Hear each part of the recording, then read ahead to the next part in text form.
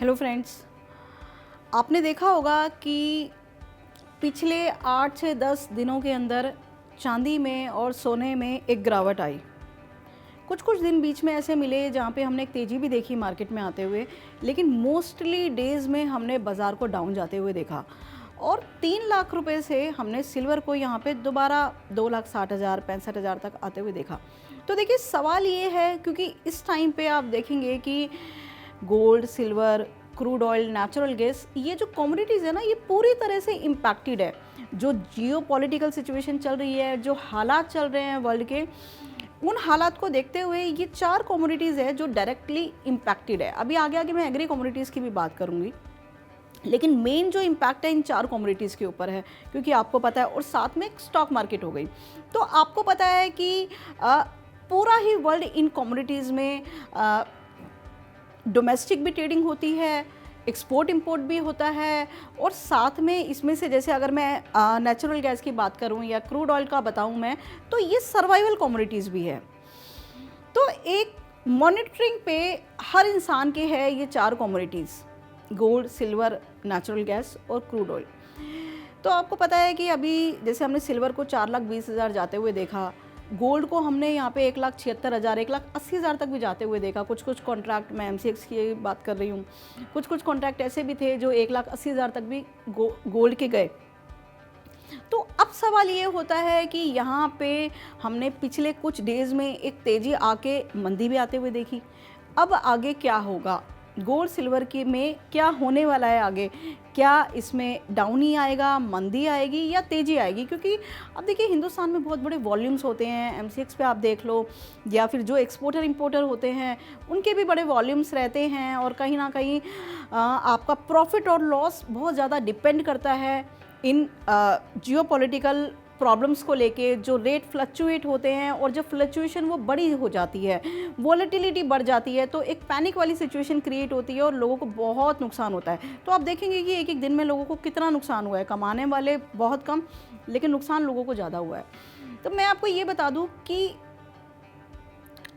आपको बिल्कुल घबराने की ज़रूरत नहीं है। जो लोग खरीद के बैठे हैं या जो खरीदना चाहते हैं, अभी फ्रेश बाइंग करना चाहते हैं, या जिनके पास ऑलरेडी पोजीशन आपके पास पड़ी है, चाहे वो MCX में है या फिर आपने फिजिकल ले रखा है, क्योंकि इस टाइम आपने देखा होगा पीछे कुछ दिनों में, स्पेशली जनवरी के अंदर, लोगों में एक भेड़ चाल शुरू हो गई। लोगों ने फिजिकल में भी गोल्ड सिल्वर को बहुत खरीदारी की, चाहे वो फंक्शंस के पर्पज़ से की या फिर इन्वेस्टमेंट के पर्पज़ से की, लेकिन ख़रीदारी बहुत हुई गोल्ड सिल्वर के अंदर। तो मैं आपको ये बता दूं, जो लोगों ने ख़रीदारी की है वो निराश ना होइए, क्योंकि यहाँ पे ये सवाल है कि ख़रीदारी करने के बाद एकदम ही एक करेक्शन आया, क्रैश आ गया, बहुत नीचे चला गया मार्केट, तो यहाँ मार्केट दोबारा उठने की सिचुएशन में अब आ गया है। और मुझे ऐसा लगता है कि एक बार मुझे सिल्वर में 3.5 लाख का भाव नज़र आता है विदिन 2 मंथ्स। मैं 2 महीने की यहाँ पे बात कर रही हूँ, और मैं आपको ये भी बता रही हूँ कि 2 महीने में कुछ कुछ दिन ऐसे होंगे जहाँ पे हम झटके भी देखेंगे डाउन साइड के, क्योंकि आपको पता है बाज़ार का बिहेवियर है अप डाउन करना। तो ऐसा कभी नहीं होता कि वन शॉट एक रैली चले। जनवरी में हमने देखी चलते हुए, लेकिन अब ऐसा नहीं होगा कि वन शॉट रैली चलेगी। कहीं ना कहीं कुछ डेज ऐसे भी होंगे, 2 दिन 3 दिन, जहाँ पे हम डाउन भी आते हुए बाज़ार को देखेंगे, लेकिन ओवरऑल जो ट्रेंड रहेगा वो पॉजिटिव ही रहेगा। तो गोल्ड सिल्वर में आप खरीदारी करके चल सकते हैं, ये मेरी अपनी राय है मेरी। उसका मैं आपको रीज़न बताती हूँ। देखिए फंडामेंटल तो जो सिनारियो बना हुआ है पूरे वर्ल्ड का, वो आपके सामने है ही। मैं थोड़ी बहुत बात मैं करती हूँ एस्ट्रोलॉजी को भी लेके, फाइनेंशियल जो कॉस्मिक सिचुएशन बनी होती है प्लैनेट्स को लेके, उस पर मैं बात करती हूँ। तो वहाँ जो भी कॉम्बिनेशंस बने हैं वो गोल्ड सिल्वर को बढ़ाने का ही काम करते हैं। बीच बीच में कुछ ऐसे डेज हमें मिलते हैं जहाँ पे करेक्शन भी दिखाई देता है, जिसकी मैं बात भी करती हूँ, और आपने मैच भी किया होगा, आता भी है करेक्शन। तो आप ये समझिए, जो करेक्शन आएगा विदिन 2 मंथ्स, उस पर आप ख़रीदारी करके चलिए, ख़रीद के चलिए, तेज़ी मिलेगी, वहाँ पे आप सेल कर सकते हैं, एग्ज़िट कर सकते हैं अपनी पोजीशन को।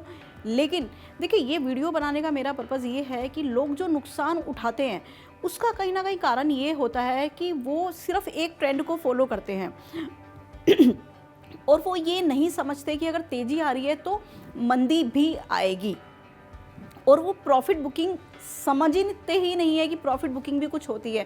अगर आपने कोई ट्रेड लिया है, उसमें प्रॉफिट आ रहा है, तो वो प्रॉफिट बुकिंग नहीं करते हैं। ओवर बुलिश हो जाते हैं।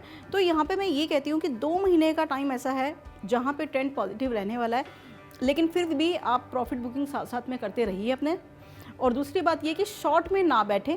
अब बेशक बाज़ार से दूर हो जाए, थोड़ा इंतज़ार कर ले, लेकिन आप शॉर्ट में ना बैठें, क्योंकि अभी कोई हालात ऐसे नहीं बने हुए हैं जहाँ पे गोल्ड सिल्वर में एक कोई करेक्शन बड़ा दिखता है। बाकी आप अपने अकॉर्डिंग काम कर सकते हैं, अपने अकॉर्डिंग ट्रेड बनाइए अपने।